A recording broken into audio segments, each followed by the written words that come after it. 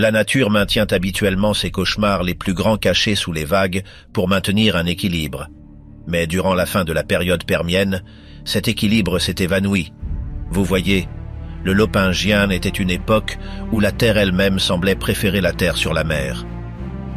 Tandis que les océans se remettaient d'un vieux désastre, la Terre est devenue une arène de haute vitesse pour des chasseurs avec des dents de sabre et des tanks blindés.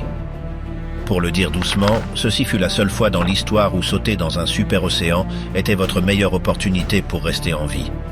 Le danger vous attendait sur la rive. Terre qui s'est fusionnée. La Terre durant le Lopingien ne ressemblait en rien au foyer que nous connaissons aujourd'hui.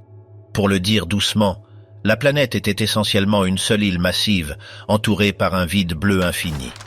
Cette masse de terre géante s'appelait la Pangée. Elle combinait chaque continent que nous connaissons, de l'Amérique du Nord jusqu'à l'Antarctique, en un seul bloc géant de terre et de roches en forme de C. Parce que toute la Terre était collée, le centre du continent était un endroit où la pluie ne touchait presque jamais le sol. Ce que personne ne vous dit est que le centre de la Pangée était un désert qui s'étendait sur des milliers de milles. C'était un paysage de poussière orange et de boue fissurée qui semblait continuer pour toujours sous un soleil qui ne se sentait jamais amical. Mais ne laissez pas l'image d'un simple désert vous tromper. Ceci était une chaudière à pression géographique. Parce qu'il n'y avait pas d'océan entre les masses de terre pour réguler la température, le climat oscillait violemment. En été, l'intérieur du continent se transformait en un four, avec des températures suffisamment hautes pour cuire la vie directement hors du sol. En hiver, le manque d'humidité signifiait que la chaleur s'échappait instantanément dans l'espace, laissant la terre fragile et gelée. Si vous vous teniez au centre de la Pangée, vous étiez plus loin d'une côte que n'importe quel humain ne l'a jamais été dans l'histoire. Vous étiez piégé dans un monde d'extrêmes, où le vent portait l'arôme de pierres sèches et de poussière vieille, et le ciel n'offrait aucun espoir d'un nuage. Les jours étaient aussi beaucoup plus courts à cette époque, parce que la Lune était située plus près de la Terre.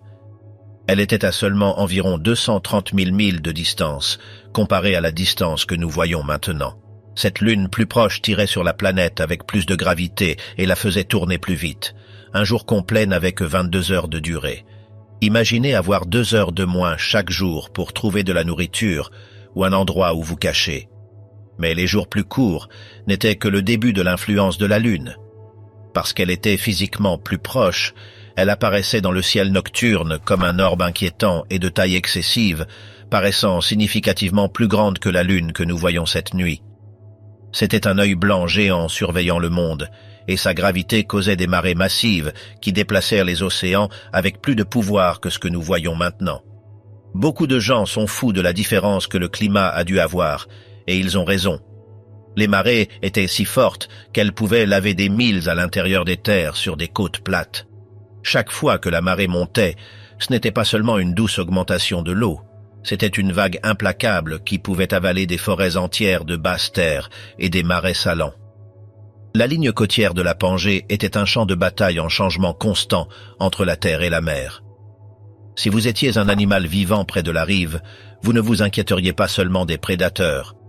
Vous vous inquiéteriez du sol, même sous vos pieds, disparaissant sous un mur d'eau de mer 2 fois par jour. Ce brassage constant de la côte a créé des salines massives et des lagunes saumâtres qui s'étendaient aussi loin que la vue pouvait atteindre, s'ajoutant à la sensation extraterrestre du paysage. À l'est de ce continent géant, il y avait quelques îles plus petites. Celles-ci étaient les parties du monde qui deviendraient éventuellement la Sibérie, le nord de la Chine et le sud de la Chine.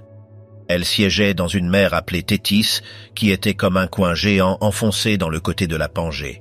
Mais même ces îles n'étaient pas à l'abri de la chaleur. La température moyenne dans tout le monde était de 95 degrés Fahrenheit. Cela est 2 fois plus chaud que la moyenne globale d'aujourd'hui. C'était un monde où la chaleur ne s'arrêtait jamais et le sol était toujours assoiffé pour une goutte de pluie qui arrivait rarement. L'air était épais et lourd, sentant la poussière et les plantes sèches. Même dans les portées les plus septentrionales et méridionales de la planète, où nous nous attendrions à trouver de la glace et de la neige, le monde lopingien était étonnamment vert ou brun. Il n'y avait pas de calotte de glace polaire. À leur place, les pôles étaient couverts de forêts résistantes d'arbres glossoptéries, des plantes étranges porteuses de graines qui pouvaient survivre des mois d'obscurité suivis par des mois de soleil de minuit. Mais ne pensez pas que ces forêts étaient un paradis luxuriant. Elles étaient souvent embourbées dans des marécages stagnants, où l'air était mince et les niveaux d'oxygène commençaient à chuter. La planète entière était essentiellement une serre géante, emprisonnant la chaleur et la cyclant à travers un paysage qui devenait de plus en plus un terrain vague. Mais toutes les choses ne sont pas ce qu'elles semblent quand vous regardez la carte. Tandis que la Terre était un four géant et brûlant, l'eau était encore plus grande. L'océan qui entourait la Pangée s'appelait Pantalassa. Il couvrait plus de 60% de toute la planète. Il était 2 fois la taille de l'océan Pacifique moderne. Vous pourriez naviguer durant des semaines et ne jamais voir un seul oiseau ou une tache de verre. C'était un désert bleu qui semblait continuer pour toujours vers l'horizon. La profondeur de cette eau était incroyable, descendant jusqu'à plusieurs milles dans l'obscurité, mais la surface était souvent aussi lisse que le cristal parce qu'il n'y avait pas de continent plus petit pour briser le vent. Cet océan massif agissait comme un dissipateur de chaleur géant, absorbant l'énergie du soleil mais faisant très peu pour la distribuer au cœur du continent.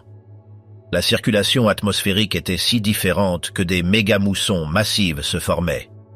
Une fois par an, les vents changeaient, et un mur d'humidité tentait de s'ouvrir un chemin vers l'intérieur de la Pangée. Cela résultait en des tempêtes électriques violentes et catastrophiques qui inondaient les lits secs des rivières en quelques minutes, transformant la poussière orange en flux de boue mortelle. Ensuite, aussi vite qu'elle arrivait, l'eau s'évaporait ou s'enfonçait dans la terre desséchée, laissant la terre encore plus fissurée qu'avant. C'était un cycle de violence extrême et de silence extrême. Les montagnes géantes étaient sur le point de tout changer pour les animaux qui vivaient en dessous. Habituellement, un océan de 2 fois la taille du Pacifique serait l'endroit le plus terrifiant de la carte. Mais durant le Lopingien, l'eau était étrangement tranquille. Pour le dire doucement, la règle non écrite s'est brisée ici. Vous voyez, quelques millions d'années avant que ne commence cette ère, un événement d'extinction plus petit avait éliminé beaucoup des grands prédateurs marins. Ceci laissa les océans se sentant un peu vides et solitaires.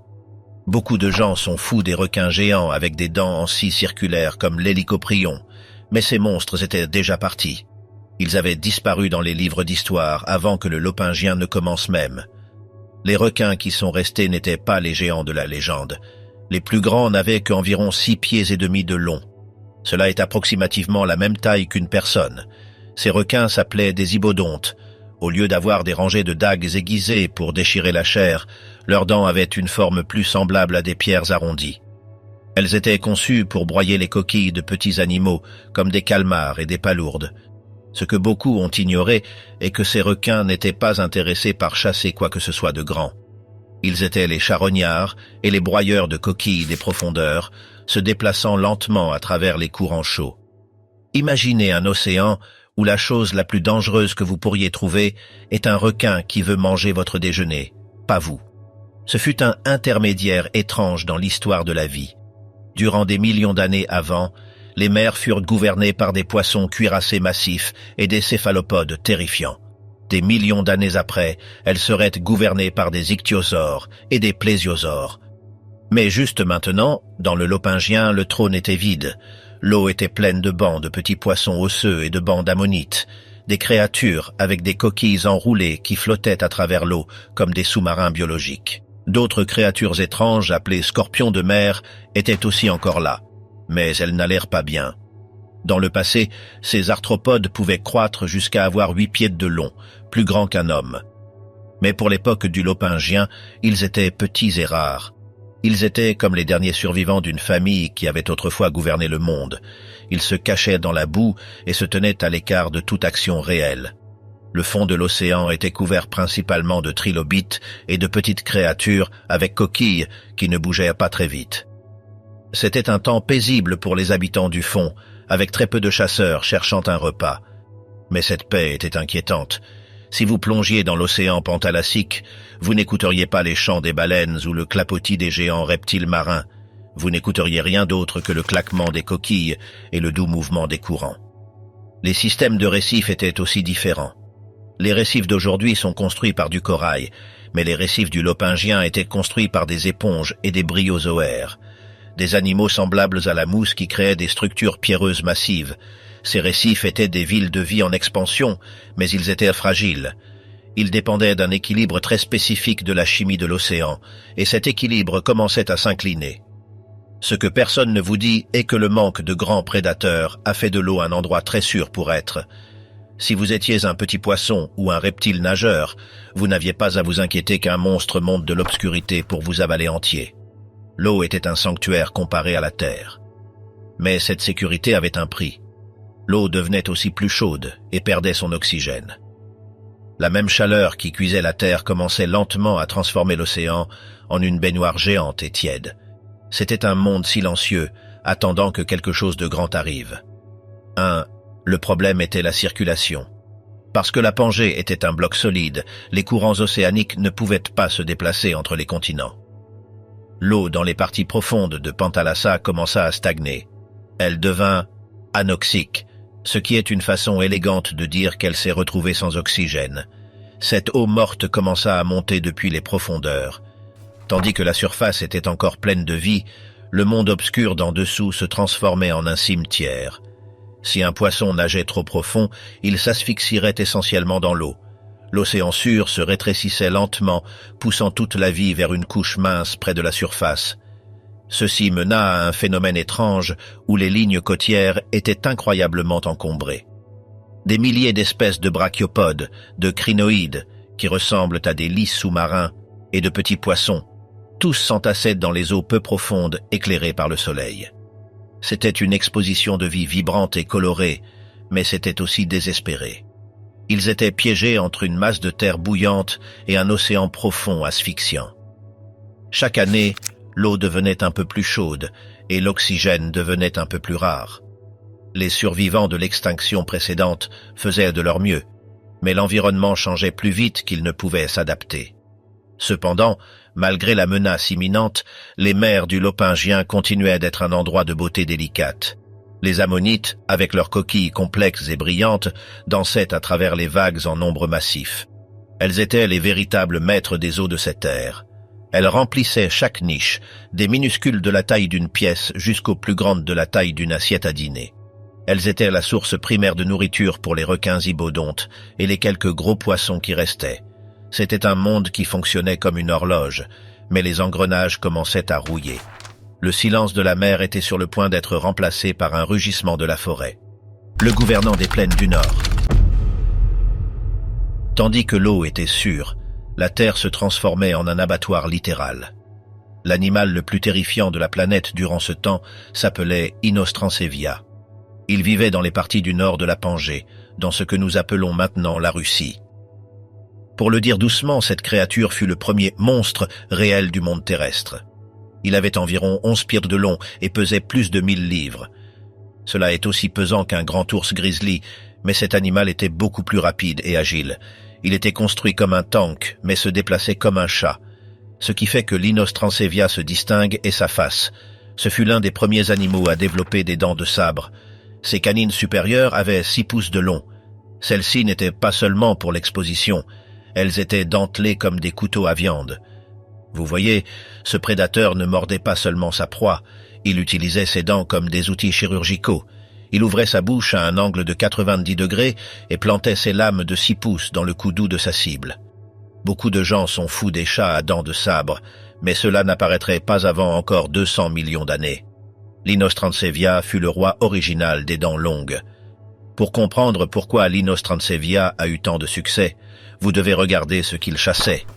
Les plaines du Nord étaient le foyer d'herbivores massifs et au mouvement lent appelés Scutosaurus. Ceux-ci avaient la taille de vache, étaient couverts de plaques d'armure osseuse et ne possédèrent presque rien de vitesse. Ils étaient des buffets ambulants. Mais parce qu'ils étaient si bien cuirassés, une morsure normale ne ferait pas grand-chose. C'est là que les dents de sabre entraient. L'Inostrancevia n'essayait pas de mâcher à travers l'armure. Il visait les creux. Il sautait sur le dos d'un Scutosaurus, utilisait ses puissants membres avant pour l'immobiliser et ensuite portait un coup précis et létal à la jugulaire. Son corps était aussi construit pour le pouvoir et la résistance. Il avait des pattes longues et robustes qui étaient rentrées sous son corps, ce qui lui permettait de courir beaucoup plus vite que les lézards étalés du passé. Il pouvait poursuivre sa proie le long de longues distances à travers les plaines alluviales. Les scientifiques croient qu'il pourrait même avoir eu une couche mince de pelage pour se maintenir chaud durant les froides nuits du désert. Cet animal était le super-prédateur, ce qui signifie que rien d'autre sur la planète n'était suffisamment grand ou suffisamment mauvais pour le chasser. Il était le gouvernant absolu des plaines russes, et son grognement pouvait s'écouter à des milles de distance. Mais l'Inostrancevia n'était pas un dinosaure, et ce n'était pas un lézard. C'était un gorgonopsien, un membre du lignage qui conduirait éventuellement aux mammifères. Si vous regardiez ses yeux, vous ne verriez pas le regard froid et sans clignement d'un crocodile. Vous pourriez voir quelque chose de plus familier, un indice de l'intelligence mammifère qui un jour gouvernerait le monde. Il avait un museau spécialisé avec des passages nasaux complexes, ce qui suggère qu'il avait un sens de l'odorat incroyable. Probablement, il pouvait traquer un Scutosaurus blessé durant des milles à travers les plaines sèches, sans jamais perdre la trace même dans une tempête de poussière. Mais toutes les choses ne sont pas ce qu'elles semblent avec ce monstre géant. Bien qu'il fût le roi, il vivait dans un environnement très dur. Les plaines russes étaient un désert froid et sec, où l'eau était difficile à trouver. L'Inostrancevia devait être un maître de la survie. Il suivait les troupeaux d'herbivores durant des centaines de milles, attendant le moment parfait pour attaquer. Quand il le faisait, la lutte se terminait habituellement en question de secondes. C'était un spécialiste pour terminer un voyage avec un seul mouvement, sans rien laisser derrière sinon des os.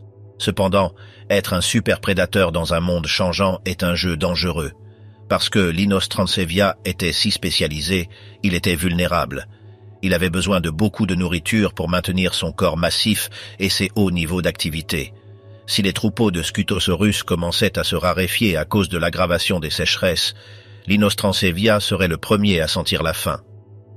Il était au sommet de la chaîne alimentaire, ce qui signifiait qu'il était le plus dépendant de tout ce qui se trouvait en dessous de lui pour rester sain. C'était un roi assis sur un trône de cristal. La vie sociale de ces monstres est aussi un sujet de grand débat.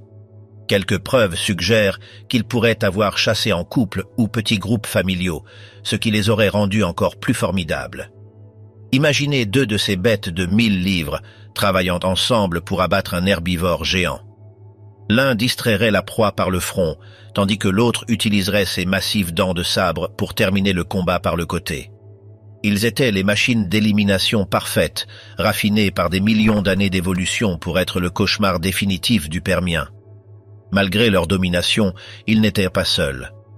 Les ombres des forêts du Nord étaient le foyer de gorgonopsiens plus petits, plus rapides et plus agiles, qui agissaient comme les chacals et les renards de leur temps. Ils attendraient que l'Inostrancevia termine son repas et ensuite se déplaceraient pour nettoyer les os. L'écosystème était densément peuplé et était hautement compétitif. Chaque morceau de viande, chaque goutte d'eau et chaque tache d'ombre valait la peine de se battre pour cela. C'était un monde de manger ou être mangé, et l'Inostrancevia était celui qui faisait la plus grande partie du manger. Mais à mesure que le Lopingien progressait, même le puissant Inostrancevia commença à avoir des difficultés. Les lits des rivières qui autrefois fournissaient de l'eau pour les troupeaux se séchaient pour toujours. Les plaines alluviales vertes se transformaient en champs de poussière. Le roi du Nord commençait à se retrouver sans royaume. Les mêmes traits qui ont fait de lui un succès, sa taille, son pouvoir, sa spécialisation, se transformaient en désavantage dans un monde qui s'effondrait rapidement. C'était la fin d'une ère, et les géants furent les premiers à voir les signes sur le mur. Un nouveau type de danger se cachait dans les ombres de l'hémisphère sud. Dans la partie sud du supercontinent Pangée, dans une région que nous identifions maintenant comme le bassin du Karoo d'Afrique du Sud, les règles de survie étaient en train d'être réécrites par un groupe de prédateurs à qui la taille n'importait pas. Tandis que le nord était dominé par le corpulent Inostrancevia à dents de sabre, le sud appartenait à un lignage complètement différent, les thérocéphales. Pour le dire doucement, ces têtes de bêtes étaient les experts tactiques du monde permien. Ils n'étaient pas intéressés par un combat juste, et certainement ils ne comptèrent pas sur la force brute que leurs cousins du Nord utilisaient pour écraser des crânes. Vous voyez, tandis que certains animaux évoluaient vers des muscles plus épais et des griffes plus longues. Ces chasseurs du Sud développaient quelque chose de beaucoup plus insidieux, la guerre chimique. Ce que personne ne vous dit est que ces animaux furent probablement les pionniers d'un cauchemar. Bien avant que le premier cobra ne glisse dans l'herbe ou qu'un monstre de Gila ne rampe dans le désert, les thérocéphales maîtrisaient l'art de la morsure toxique. Une créature spécifique, un cauchemar de la taille d'un chien appelé Euchambersia, est la raison principale pour laquelle les scientifiques doivent repenser comment chassaient réellement les premiers prédateurs. Quand vous regardez son crâne, vous ne voyez pas seulement des dents, vous voyez un système de livraison sophistiqué. Il y a des fosses profondes et inconfondibles derrière ses dents canines, connectées par de petits canaux directement à la bouche. C'est exactement ainsi qu'est structuré l'appareil à venin d'un serpent à sonnette moderne. Beaucoup de gens sont fous de l'idée d'un reptile semblable à un mammifère qui pourrait paralyser une victime avec une seule morsure rapide, mais ce que beaucoup ont ignoré est l'efficacité terrifiante de cette stratégie. Si vous avez la taille d'un Golden Retriever, généralement vous ne devriez pas être capable d'éliminer un animal de la taille d'un hippopotame. Mais si vous avez du venin, la taille n'est qu'un chiffre. Le Cambersia n'avait pas besoin de participer à une lutte qui pourrait le laisser avec les côtes cassées. Il pouvait simplement s'élancer, porter un coup rapide, et ensuite s'asseoir et observer. C'était une façon de vivre patiente et de sang-froid, attendant que le système nerveux de sa proie s'éteigne de l'intérieur vers l'extérieur. Mais le Sud n'était pas seulement un terrain de jeu pour des rôdeurs venimeux. Un autre joueur important dans cet écosystème était le Moscorinus. Si le Cambersia était le bistouri, le Moscorinus était la masse. Ce prédateur était approximativement de la taille d'un jaguar, mais portait une tête qui semblait appartenir à un lion beaucoup plus grand. C'était un animal dur et volumineux qui semblait construit pour survivre à un hiver nucléaire. Il avait des dents épaisses et renforcées, conçues pour le but spécifique de broyer l'os et la lourde armure dermique des herbivores qui partageaient son territoire. Ce que personne ne vous dit sur le Moscorinus est qu'il était un survivant par-dessus tout. Cela ne lui importait pas d'être élégant ou spécialisé. C'était un généraliste, un monstre apprenti de tout, qui pouvait manger presque n'importe quoi qu'il pourrait immobiliser contre le sol. Dans un monde où les environnements commençaient à changer et les sources de nourriture devenaient imprévisibles, être un mangeur exigeant était une sentence de mort. Le Moscorinus était le type d'animal qui mangerait un lézard, un ancêtre de mammifères petits, ou même charognerait un cadavre en décomposition s'il le fallait. Il utilisait ses mâchoires massives pour terminer le travail rapidement, comptant sur la pure pression de la morsure pour briser des épines et écraser des trachées. Ces prédateurs du Sud vivaient dans un monde caractérisé par de vastes plaines alluviales, ouvertes, et des forêts dispersées et résistantes. C'était un réseau alimentaire complexe où chaque niche était remplie par quelque chose d'affamé.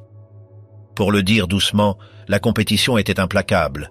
Vous aviez de multiples espèces de ces chasseurs se chevauchant dans le même territoire, ce qui menait à un état constant de guerre de bas niveau.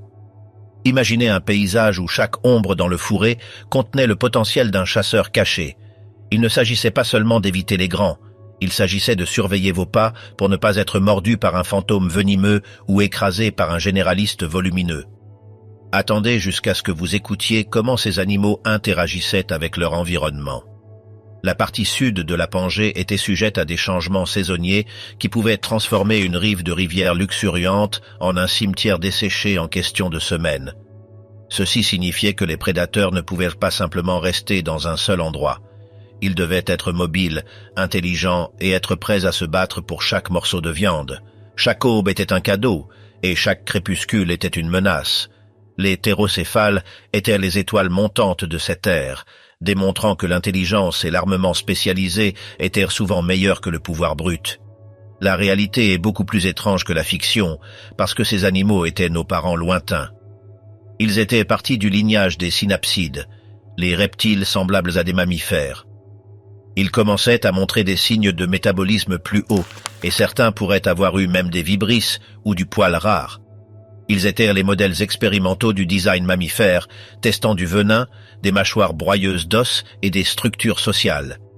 Mais tandis qu'ils perfectionnaient l'art de l'élimination totale, leur proie était occupée à concevoir une réponse pour toutes ses dents. Les herbivores géants construisaient leur propre défense pour arrêter les dents, et cela était sur le point de transformer le Permien en une course aux armements d'os et de courage. Un corps fait d'os. Quand le monde est plein de prédateurs qui peuvent faire fondre vos entrailles avec du venin ou écraser votre crâne avec une seule morsure, vous n'avez que quelques options. Devenir rapide, se cacher ou devenir dur. Les herbivores du Permien tardif décidèrent de devenir durs. Pour le dire doucement, ils se transformèrent en forteresses ambulantes. L'exemple le plus fameux de cette ingénierie biologique fut le Scutosaurus. Celui-ci n'était pas seulement un autre lézard mangeant des feuilles, c'était une puissance massive au mouvement lent qui pesait plus de 2000 livres. Ce que personne ne vous dit est que le Scutosaurus était essentiellement l'équivalent biologique d'un tank de bataille principal. Son nom signifie littéralement « lézard bouclier » et il gagnait ce titre chaque jour.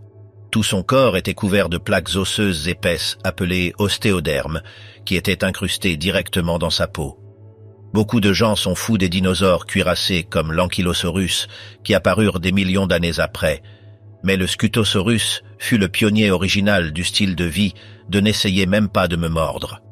Ces plaques formaient une mosaïque d'os qui rendait presque impossible pour un prédateur de trouver un point mou. Même le puissant Inostrancevia, avec ses sabres de 6 pouces, aurait eu un cauchemar en tentant de traverser ce cuir. Si un prédateur tentait de mordre le dos ou les côtés d'un Scutosaurus, il était plus probable qu'il se brise ses propres dents plutôt que de tirer du sang. Vous voyez, l'armure n'était pas seulement pour l'exposition, c'était une nécessité fonctionnelle dans un monde où les chasseurs devenaient plus rapides et plus mortels. En plus de l'armure corporelle, cet animal avait des pommettes massives et élargies et des pointes qui sortaient de sa tête.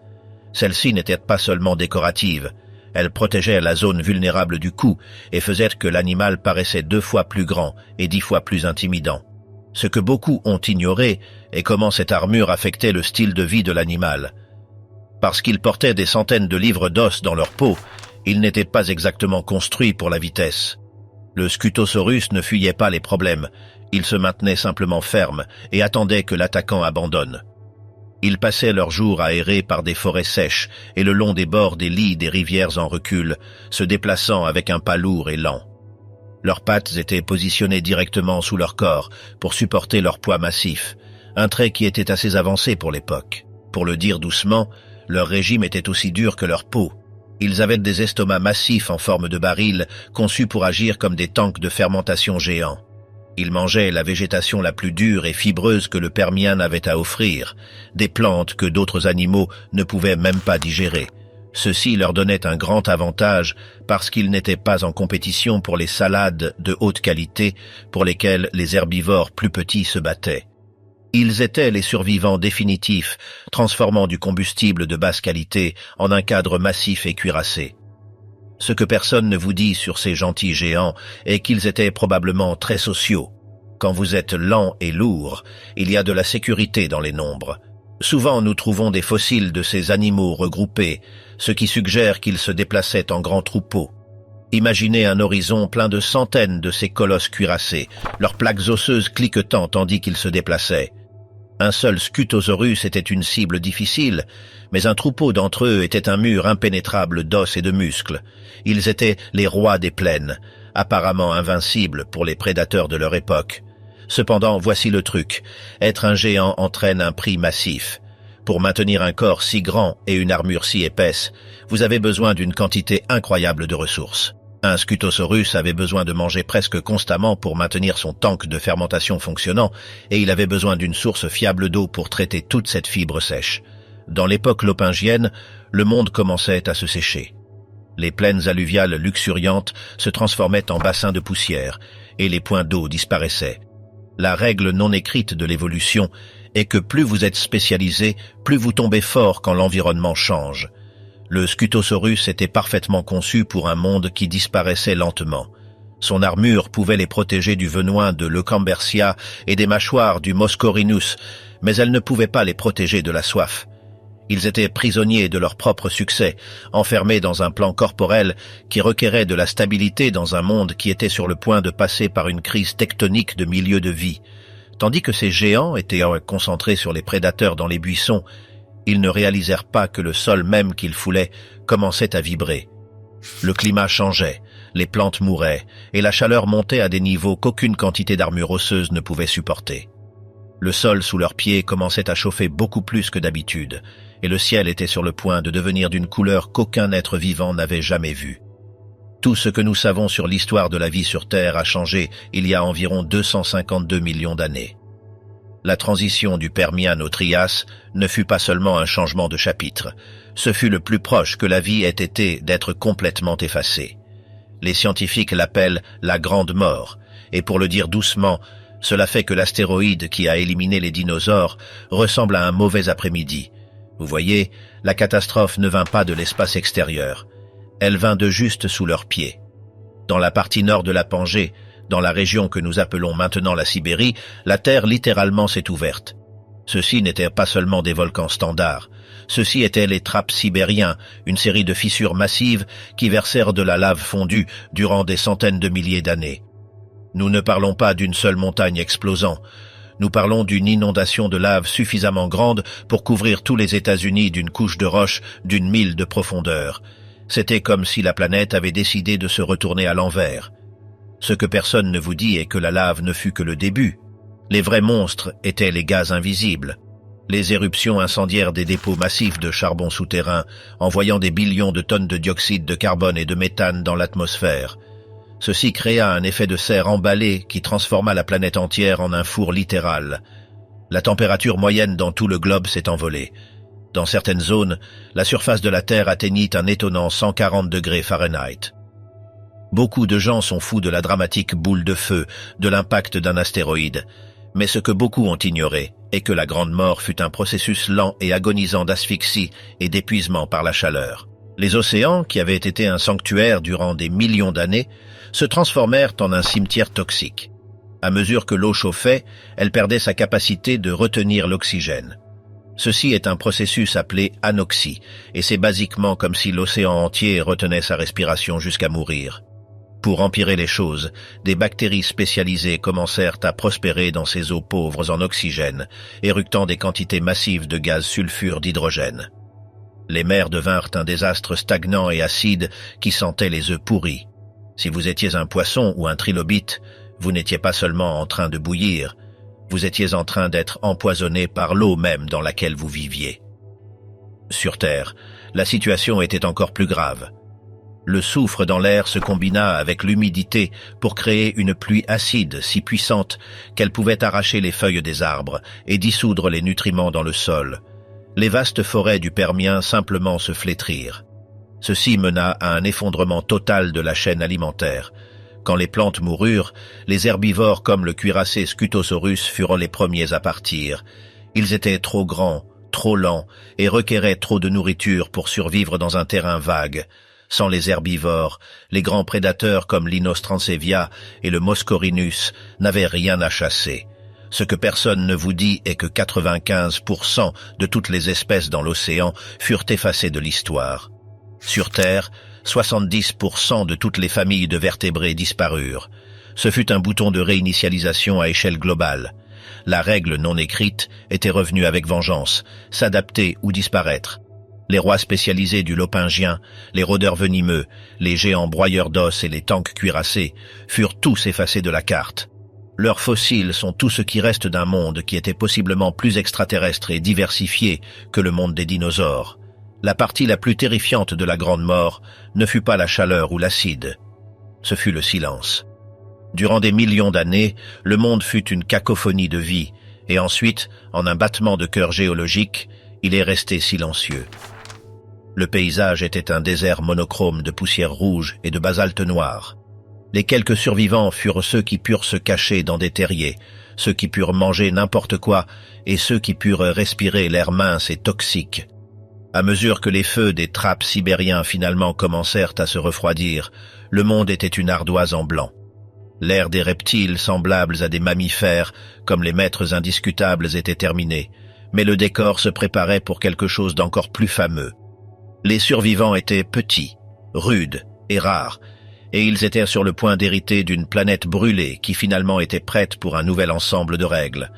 Un petit et rare animal avec un bec et une volonté obstinée de vivre était sur le point d'hériter de toute la planète brûlée, et son succès définirait les prochains 10 millions d'années.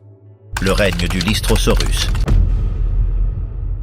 Quand le monde était en flammes, vous deviez trouver un endroit où vous cacher. Tandis que les géants périssaient à la surface, un animal plus petit creusait pour sa vie. Celui-ci était le Lystrosaurus. Il avait approximativement la taille d'un porc, et une face qui ressemblait à un croisement entre un lézard et une tortue. Pour le dire doucement, ce n'était pas l'animal le plus beau du monde. Mais il avait un super pouvoir. Il pouvait creuser des terriers profonds dans la terre fraîche pour échapper à la chaleur et à la pluie acide. Ce que personne ne vous dit est que le Lystrosaurus était incroyablement résistant. Il avait un corps en forme de baril et de puissantes pattes avant qui étaient parfaites pour déplacer la terre. Il avait aussi un bec qui pouvait manger presque n'importe quel type de matériel végétal, même les racines dures cachées sous terre. Quand la Grande Mort était à son pire moment, le Lystrosaurus fut l'un des quelques animaux qui n'abandonna pas. Beaucoup de gens sont fous de la façon dont un animal a pu survivre à un tel désastre, et le secret était simplement de se maintenir hors du soleil. Il vivait dans les ombres et attendait que le monde se calme. Mais regardons de plus près le monde duquel il se cachait. Ceci ne fut pas seulement un mauvais été.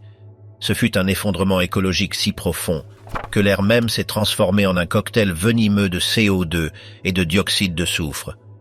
Les trappes sibériens vomissaient des millions de kilomètres cubes de lave et l'atmosphère s'asphyxiait. Si vous étiez un grand prédateur comme un gorgonopsien, votre style de vie de haute énergie était une sentence de mort. Vous aviez besoin de trop de nourriture, trop d'oxygène et trop d'espace.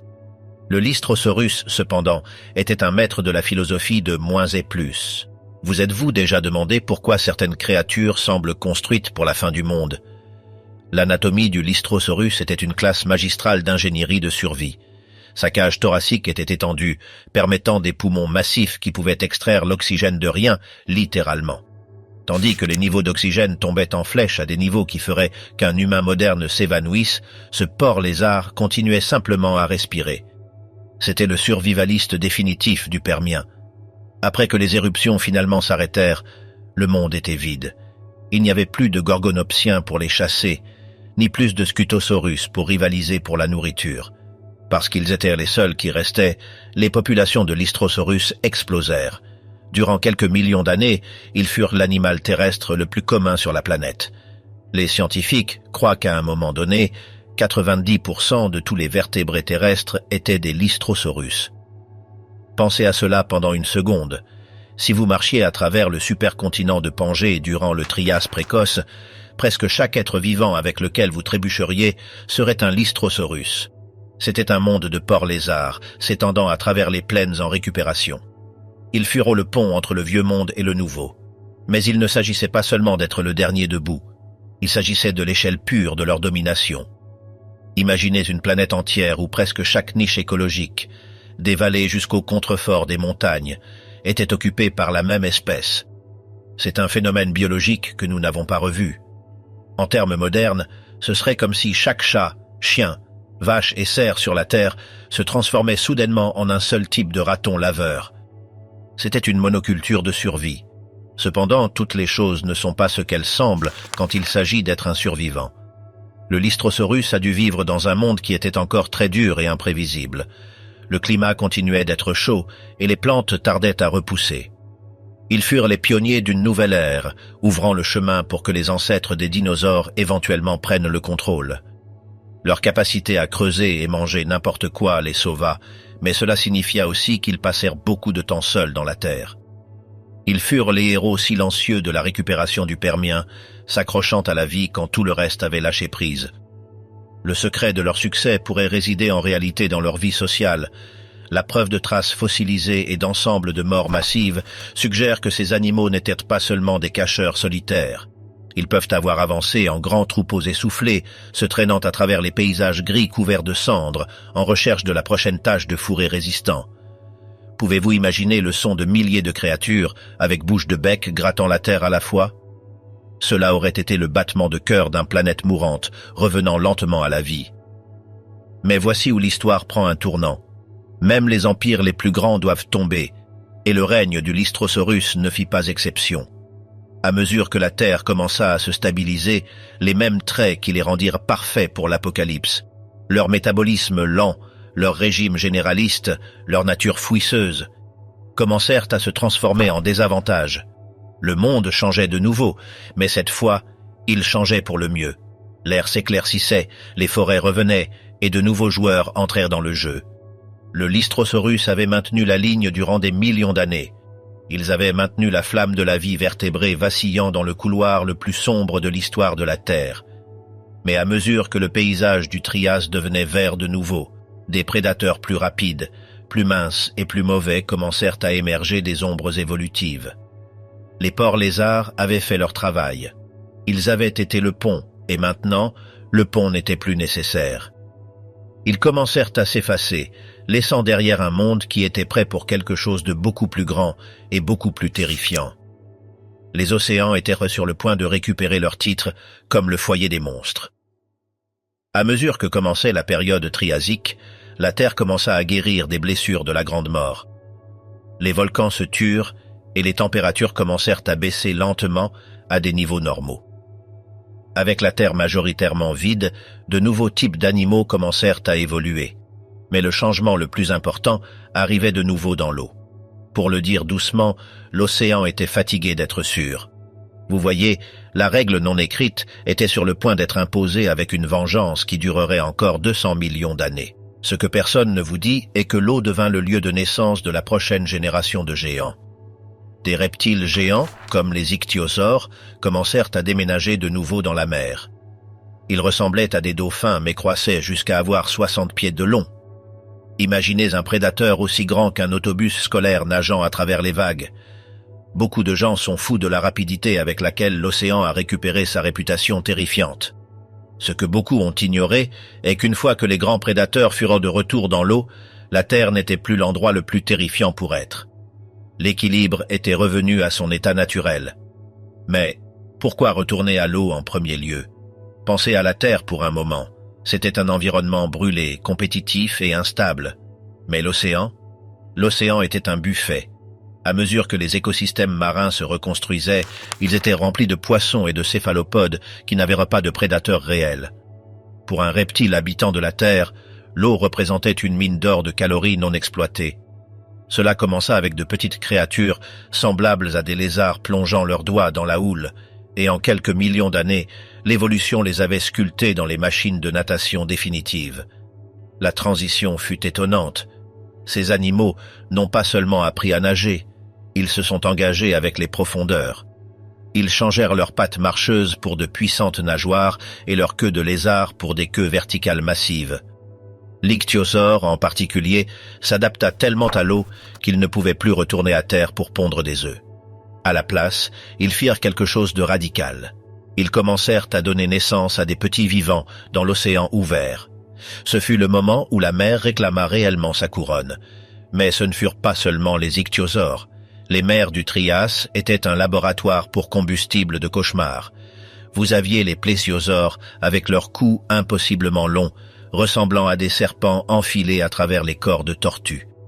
Vous aviez les notosaures, les chasseurs semi-aquatiques qui fermèrent la brèche entre la rive et les profondeurs. C'était une course aux armements où le seul prix était la taille. Plus vous étiez grand, moins il était probable que vous soyez avalé par la chose qui rôdait dans la source thermale en dessous de vous. Le Lopingien fut un moment unique dans le temps que nous ne reverrons probablement jamais. Ce fut une erreur dans le système où la Terre est arrivée à être le chef durant quelques millions d'années. Mais la nature aime ses règles, et elle aime que ces monstres soient cachés dans les profondeurs. Depuis le Trias jusqu'à aujourd'hui, l'océan est resté comme l'endroit où vivent les vrais géants. Le grand requin blanc et la baleine bleue sont seulement les derniers dans une longue ligne de gouvernants océaniques qui a commencé après que le Lopingien se soit terminé. La Terre nous appartient, mais l'eau appartient aux géants. Considérez la physique de la situation. Sur Terre, la gravité est un ennemi constant. Si vous voulez être grand, vous avez besoin d'os massifs, de muscles pesants et d'un cœur de la taille d'une voiture seulement pour vous maintenir debout. Mais dans l'eau, l'eau porte votre poids pour vous. Cette flottabilité a permis que les monstres marins du Trias atteignent des tailles avec lesquelles leurs cousins terrestres pouvaient seulement rêver à ce moment-là. Tandis que les premiers dinosaures avaient encore la taille de poulet, les ichthyosaures atteignaient déjà des longueurs de 20 mètres. Cette ère redéfinit aussi ce que signifiait être un prédateur. Dans le Permian, la chasse était une affaire lente et épuisante de résistance et de force. Dans les océans du Trias, elle se transforma en un jeu de vitesse et de précision. Les ichthyosaures développèrent des yeux de la taille d'assiettes à dîner. les yeux les plus grands de n'importe quel animal dans l'histoire, pour voir dans les profondeurs obscures comme la bouche d'un loup de l'océan. Ils chassaient dans des endroits où la lumière n'existait pas, utilisant chaque sens pour traquer les vibrations de leur proie. Beaucoup de gens demandent « Qu'est-il arrivé à la Terre durant ce temps ?» Tandis que la mer explosait de vie, la Terre expérimentait une révolution en caméra lente. Les Lystrosaurus étaient partis, et à leur place, les premiers archosauriens véritables commençaient à surgir. Ceux-ci étaient les ancêtres des crocodiles et des dinosaures. Ils étaient expérimentaux, rares et souvent terrifiants par leurs propres droits, mais ils jouaient encore un rôle secondaire face aux titans de la marée. En regardant en arrière vers le Permian, nous pouvons voir un monde qui tentait d'être différent. C'était un monde de lézards-ours, avec des dents de sabre et des tanks cuirassés qui défièrent les probabilités. Mais même les animaux les plus durs sur Terre n'ont pas pu survivre à ce que la planète elle-même se retourne contre eux. La Grande Mort fut un rappel que nous vivons tous à la merci de la Terre. Le Lopingien continue d'être un chapitre fascinant dans notre histoire, un temps où les règles se sont brisées et la Terre fut le roi.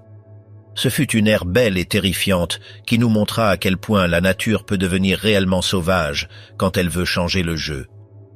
L'histoire de la vie n'est pas une ligne droite, c'est une série de réinitialisations, d'échecs et d'incroyables retours. Le Lystrosaurus nous a donné l'opportunité de continuer, et les ichthyosaures nous ont montré à quel point cette opportunité pouvait croître. À mesure que le Trias arrivait à sa fin, le décor était prêt pour que les acteurs les plus fameux de l'histoire, les dinosaures, prennent leur place. Mais ils n'oublieraient jamais qu'ils devaient leur existence à un fouisseur de la taille d'un porc qui a refusé de mourir quand le monde était en flammes. Le legs de ces deux ères, le règne de celui qui se cache et le surgissement du nageur, nous rappelle que la survie ne s'agit pas d'être le plus fort ou le plus rapide, il s'agit d'être le plus adaptable. Que vous soyez en train de creuser un trou dans la terre ou en train de plonger 500 pieds dans l'abîme noir, la vie trouve un moyen de remplir le silence. La Grande Mort a tenté de terminer l'histoire, mais le Trias a prouvé que l'histoire ne faisait que commencer. L'Empire Glossopteris. Tandis que les animaux étaient occupés à transformer la terre en un champ de bataille de dents et d'armures, les plantes construisaient silencieusement un empire propre.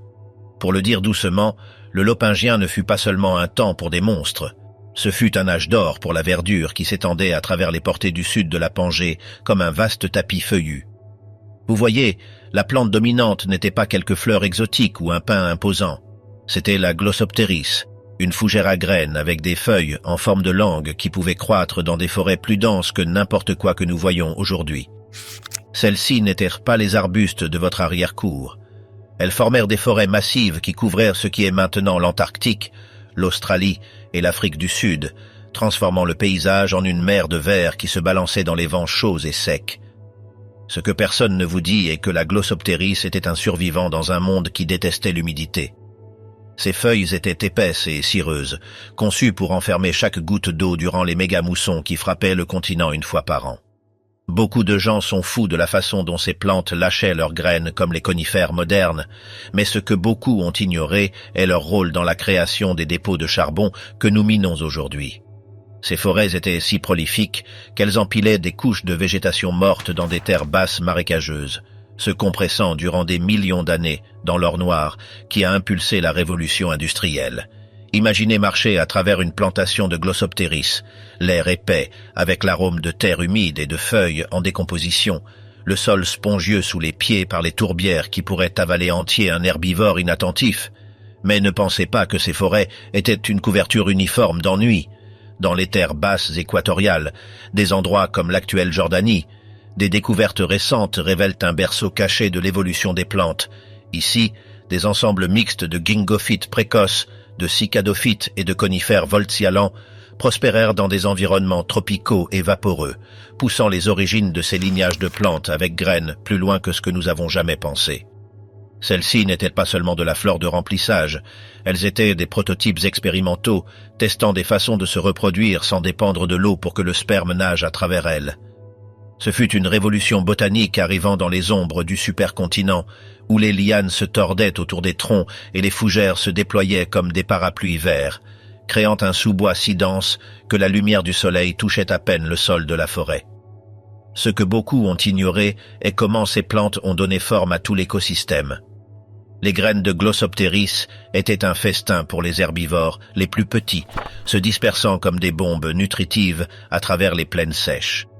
Mais dans les régions polaires, où des mois d'obscurité alternaient avec une lumière diurne interminable, ces forêts s'adaptèrent avec des habitudes caduques, perdant les feuilles pour conserver l'énergie durant les longues nuits. C'était un monde où les plantes n'étaient pas un décor passif. Elles étaient les architectes de la survie, fournissant de l'ombre, de la chaleur brûlante et de l'oxygène pour alimenter les poumons massifs de créatures comme le Scutosaurus.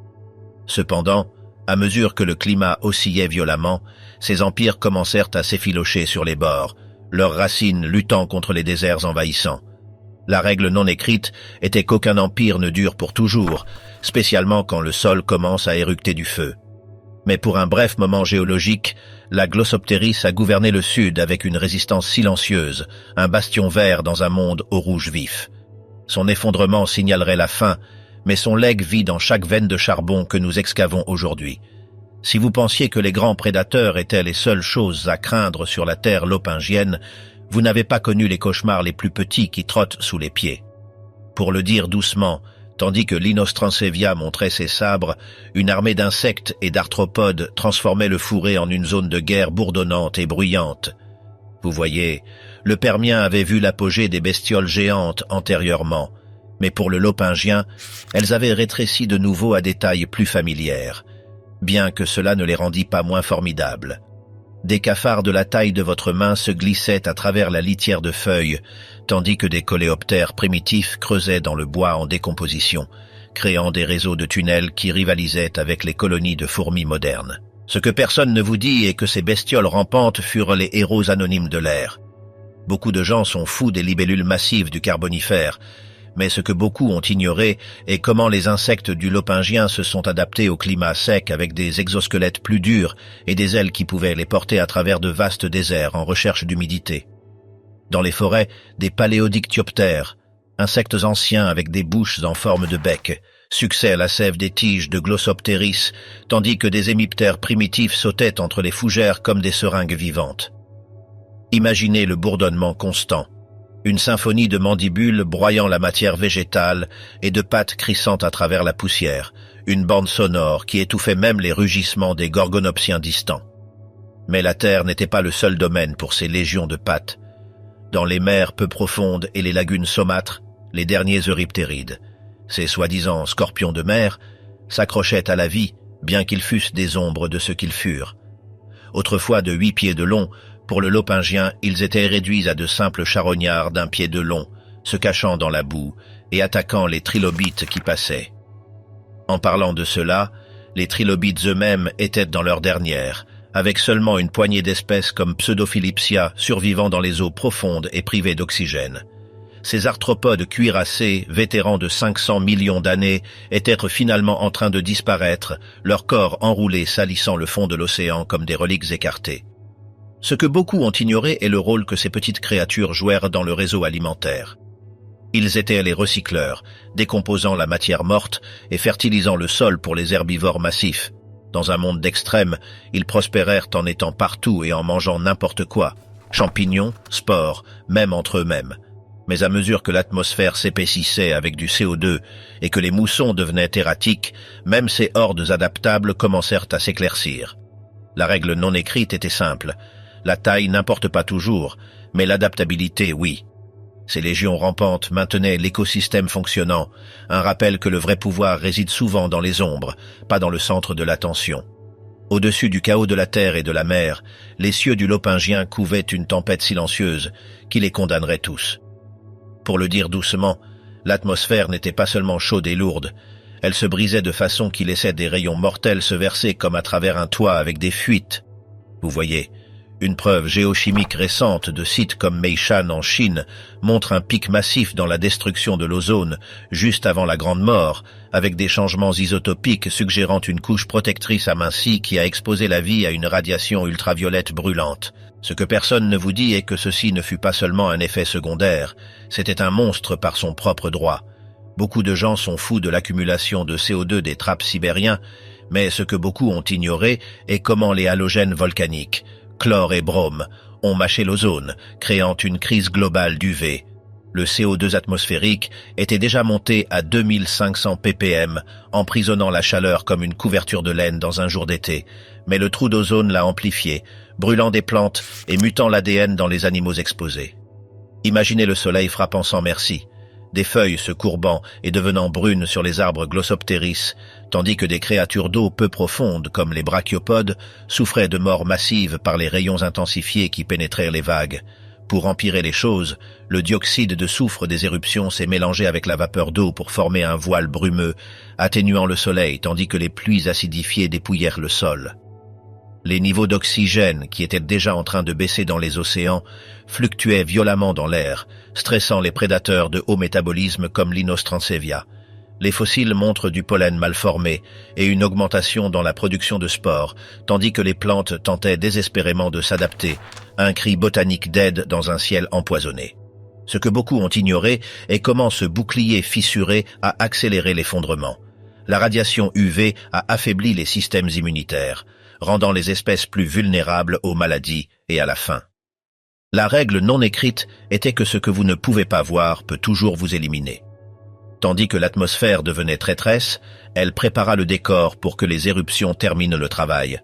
Un rappel que même l'air que nous respirons peut se transformer en un ennemi quand la planète décide de se rebeller. Après que les feux moururent et que la poussière s'installa, le Trias précoce ne fut pas le terrain vague stérile que nous avons autrefois imaginé. Il bourgeonnait de nouveau à la vie plus vite qu'une mauvaise herbe au printemps. Pour le dire doucement, tandis que le Lystrosaurus accaparait le centre de l'attention, des poches cachées de récupération réécrivaient l'histoire du retour.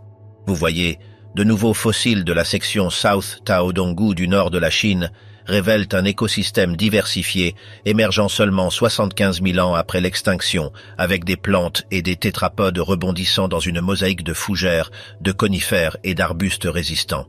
Ce que personne ne vous dit est que certaines régions, comme les anciennes vallées des rivières en Chine, agirent comme des refuges où la végétation s'est accrochée à travers le chaos. Beaucoup de gens sont fous de la lente récupération globale, mais ce que beaucoup ont ignoré est la preuve des registres de spores et de pollen qui montrent des écosystèmes se stabilisant en seulement 2 millions d'années, beaucoup plus vite que le chemin ardu de 10 millions d'années que nous pensions. Imaginez les premiers bourgeons verts, des lycophytes isoétaléennes couvrant le sol comme des couvertures moussues, tandis que des fougères pleuroméiennes précoces se déployaient dans les sols humides, fournissant une couverture pour de petits amphibiens et reptiles qui revenaient du bord. Mais ce réveil ne fut pas uniforme. Dans les refuges du sud, les restes de Glossopteridacées se mélangèrent avec de nouvelles gymnospermes, créant des forêts hybrides qui joignirent le vieux et le nouveau monde. Les microfossiles parlent de floraison d'algues dans des étangs en récupération, alimentant une renaissance de bas en haut qui permit à des herbivores comme les Procolophonidés, survivants semblables à des tortues, de grignoter leur chemin de retour vers l'abondance.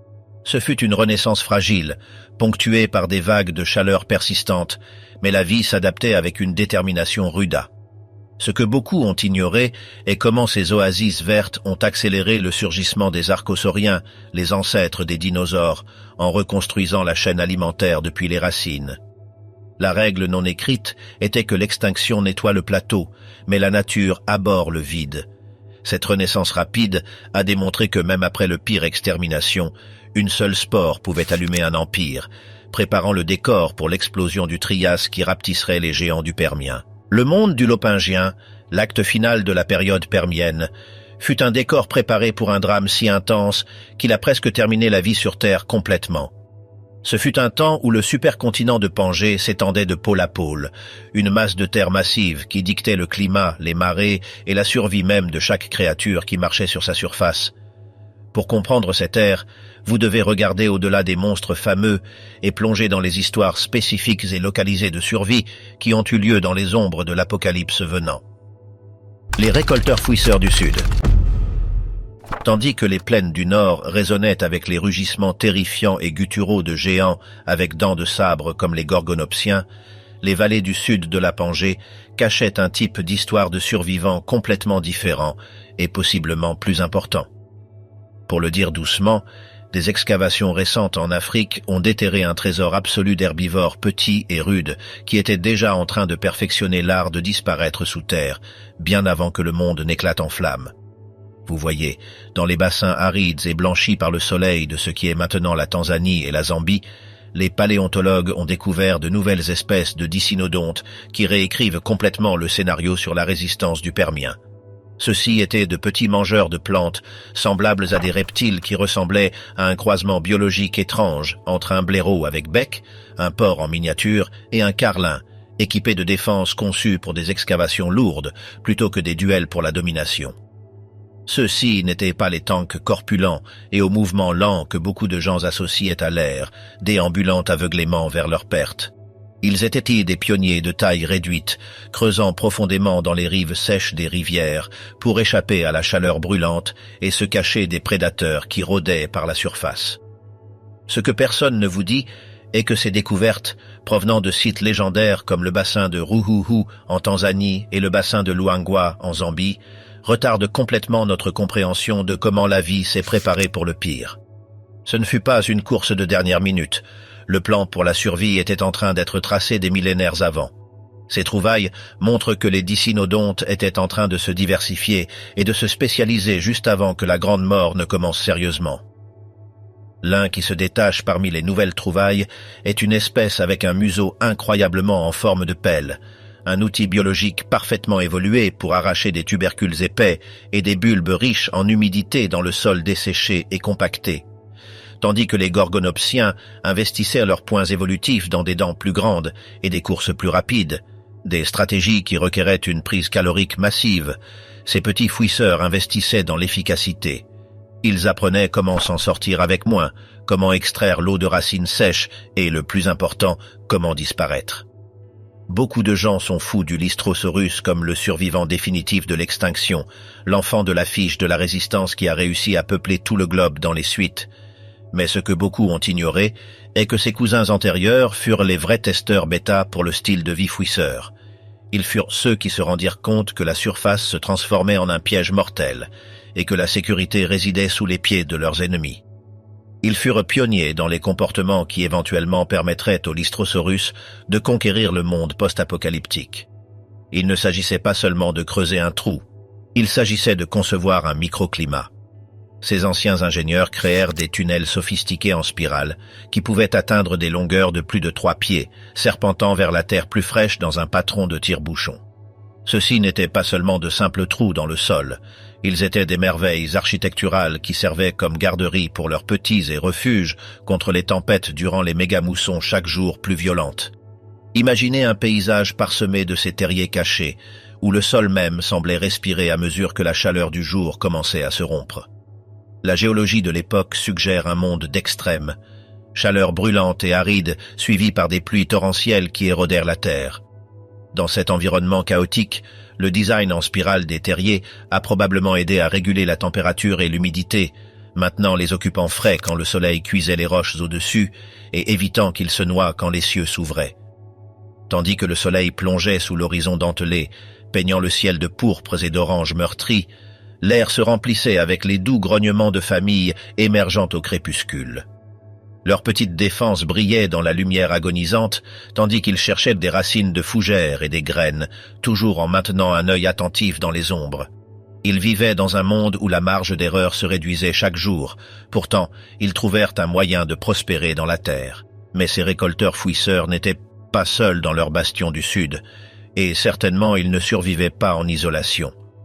Les fossiles révèlent un écosystème bourdonnant et complexe où ils partagèrent les vallées avec des forêts précoces de fougères avec graines, spécifiquement les ubikistes arbres Glossopteris. Ces plantes formaient de vastes forêts caduques qui couvraient le supercontinent du Sud, perdant leurs feuilles en forme de langue saisonnièrement et créant un épais tapis de matière organique. Cette végétation fournissait un buffet feuillu pour soutenir les troupeaux croissants de dicynodontes. Leur petite taille était leur plus grand atout, souvent pas plus grand qu'un chat domestique, atteignant peut-être de 12 à 15 pouces de long, ce qui signifiait qu'ils pouvaient prospérer avec une végétation éparse que les herbivores plus grands ne pouvaient simplement pas utiliser.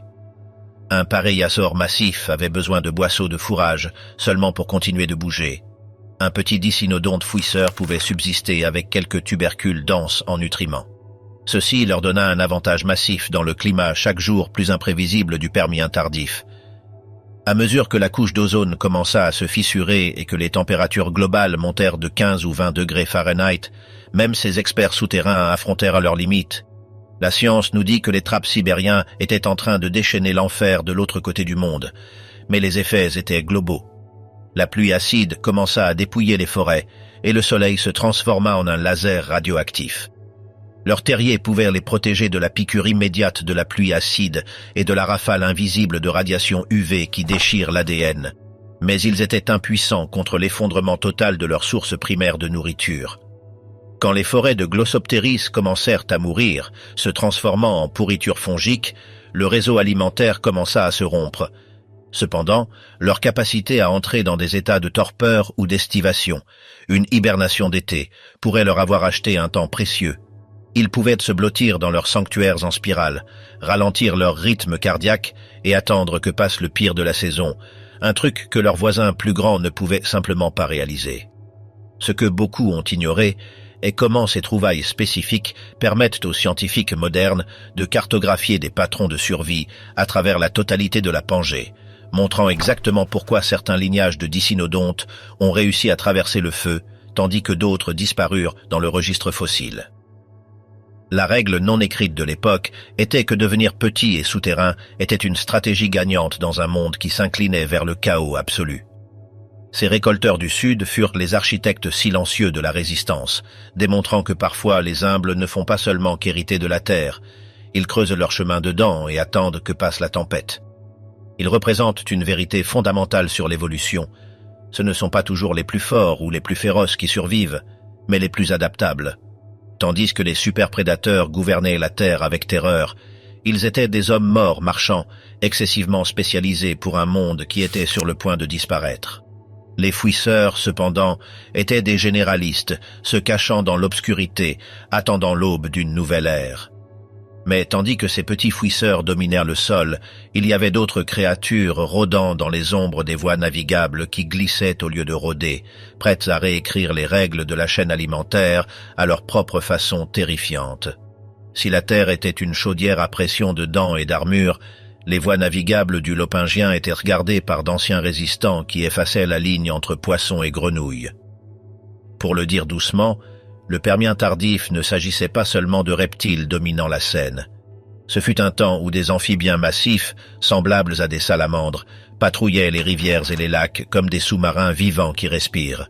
Vous voyez, des excavations récentes dans le bassin du Moyen-Zambèze en Zambie ont révélé une nouvelle espèce de temnospondyle, une bête corpulente de tête plate qui pouvait s'étendre sur plus de 6 ou 7 pieds de long. Ces créatures étaient des cauchemars absolus du règne aquatique. Leur bouche était un piège de dents aiguisées comme des aiguilles, comptant par centaines, conçues non pas pour mâcher, mais pour attraper des poissons et maintenir n'importe quel intrus inattentif qui déambulait trop près du bord de l'eau. Ceux-ci n'étaient pas les tritons délicats et visqueux que vous pourriez trouver dans un ruisseau moderne, ni n'étaient les grenouilles inoffensives assises sur des nénuphars. Ils étaient des super prédateurs d'embuscade qui gouvernaient les marécages troubles des plaines alluviales de la Pangée avec un poing de fer. Imaginez une créature avec le volume d'un crocodile, mais la peau d'une salamandre, possédant un crâne aussi large et plat que le siège d'un toilette, capable de déboîter ses mâchoires pour avaler des proies entières. La pression hydraulique qu'ils pouvaient générer en ouvrant leur bouche aurait sucé les animaux les plus petits directement vers leur gorge, avant qu'ils ne sachent même qu'ils étaient en danger. Ce que personne ne vous dit est que cette découverte jette une lumière brillante sur comment ces amphibiens se sont adaptés à un monde qui chauffait rapidement.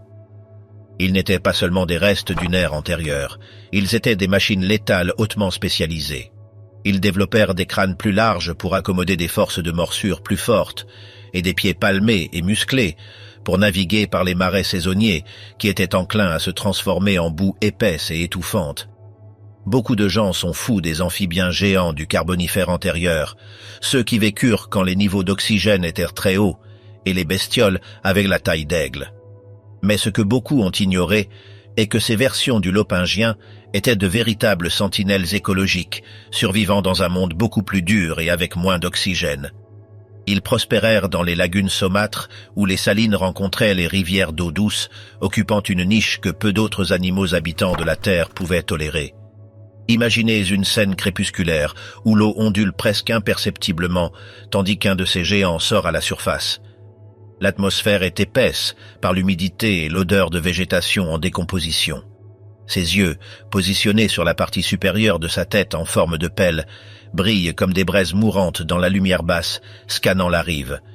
Ils possèdent un système sensoriel appelé ligne latérale, une série de pores qui parcourent leur corps, qui peuvent détecter la vibration la plus ténue dans l'eau. Ils peuvent sentir le battement de cœur d'un poisson ou le clapotis d'un dicynodonte assoiffé, s'arrêtant pour une gorgée rapide.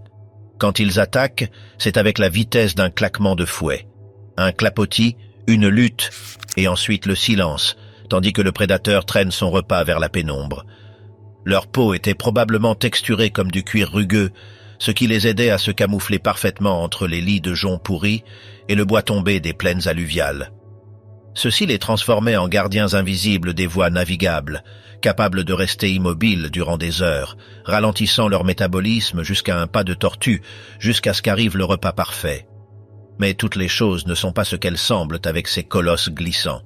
Malgré leur apparence témible et leur taille massive, ils étaient incroyablement vulnérables aux changements environnementaux du Permien tardif. À mesure que la température globale montait, la chimie de l'eau commença à changer. L'eau tiède retient moins d'oxygène dissous, et à mesure que la circulation des océans et des rivières se ralentissait, les voies navigables commencèrent à s'asphyxier avec des floraisons d'algues toxiques. Les fossiles montrent que ces géants se virent obligés de s'adapter ou mourir. Nous voyons la preuve qu'ils s'entassaient dans des mares qui rétrécissaient, formant souvent des groupes lâches durant les saisons de reproduction. Pas par lien social, mais par nécessité. Ils pondaient leurs œufs mous et gélatineux dans les quelques mares protégées qui restaient oxygénées, les gardant farouchement. Ces temnospondyles dépendaient de branchies externes massives durant leurs étapes larvaires avant de transitionner vers des adultes qui respirent de l'air, un processus qui les transformait en baromètre biologique pour la santé de leur environnement. Si l'eau se gâtait, la génération suivante mourait avant même de commencer. Dans un monde où les mers se videraient lentement de vie, se transformant en une soupe pourpre chargée de bactéries, ces amphibiens remplirent le vide dans les bords de la terre, maintenant l'équilibre local sous contrôle en chassant des reptiles petits et des poissons de la même manière. Cependant, à mesure que les trappes sibériens commencèrent à gronder et à cracher des gigatonnes de carbone et de dioxyde de soufre à l'atmosphère, leurs royaumes aquatiques devinrent chaque jour plus toxiques. Ce n'était pas seulement la chaleur, c'était la chimie. Les pluies acidifiantes commencèrent à empoisonner les mêmes mares desquelles ils dépendaient pour leurs petits, altérant l'équilibre du pH, jusqu'à ce que l'eau soit pratiquement du vinaigre. Les sous-marins vivants se trouvèrent piégés dans un monde qui se séchait et devenait aigre. Les moussons saisonnières devinrent erratiques, parfois échouant complètement, laissant les amphibiens échouer dans des fissures de boue sèche, cuisant au soleil. D'autres fois, les pluies étaient si intenses qu'elles causaient des inondations soudaines qui emportèrent les œufs et détruisaient les habitats. La règle non écrite du lopingien était que la taille et le camouflage ne pouvaient apporter une espèce que jusqu'à un certain point dans un écosystème s'effondrant. Ces temnospondyles représentaient le dernier grand soupir d'un lignage ancien, fermant la brèche entre le monde paléozoïque d'ancêtres avec des traits de poisson et l'éventuelle prise de possession reptilienne du Mésozoïque. Ils étaient les veilleurs silencieux des plaines alluviales, un rappel constant que le danger se cache souvent juste sous la surface même de l'eau la plus tranquille. Leur éventuelle extinction ne fut pas un échec de design, mais une victime des circonstances. Quand ils disparurent et finalement, ils ouvrirent la porte pour de nouveaux nageurs, les ancêtres des crocodiles et des tortues modernes, pour faire le saut. Mais durant longtemps, des millions d'années en fait, ils furent les rois indiscutables du marais. Même tandis que la terre cuisait et les rivières commençaient à échouer, il y avait encore des poches de défis verts résistant contre l'apocalypse envahissante. Dans ces refuges du sud, la danse entre le fouisseur et l'embusqueur continua jusqu'à la fin amère. Les dicynodontes creusèrent plus profond, comptant sur la stabilité de la terre, tandis que les temnospondyles s'enfoncèrent plus bas dans la boue, attendant que l'eau revienne. C'est un tableau inquiétant d'un monde au bord. Le grattement silencieux de griffes sous terre et le regard silencieux et sans clignement depuis l'eau trouble, les deux lignages luttant pour voir la prochaine aube dans un monde qui tentait de les éliminer rapidement. À travers leurs fossiles, nous ne voyons pas seulement des os. Nous voyons la lutte désespérée, innovante et tenace de la vie se refusant à lâcher prise, offrant des leçons sur la survie qui résonnent des centaines de millions d'années après.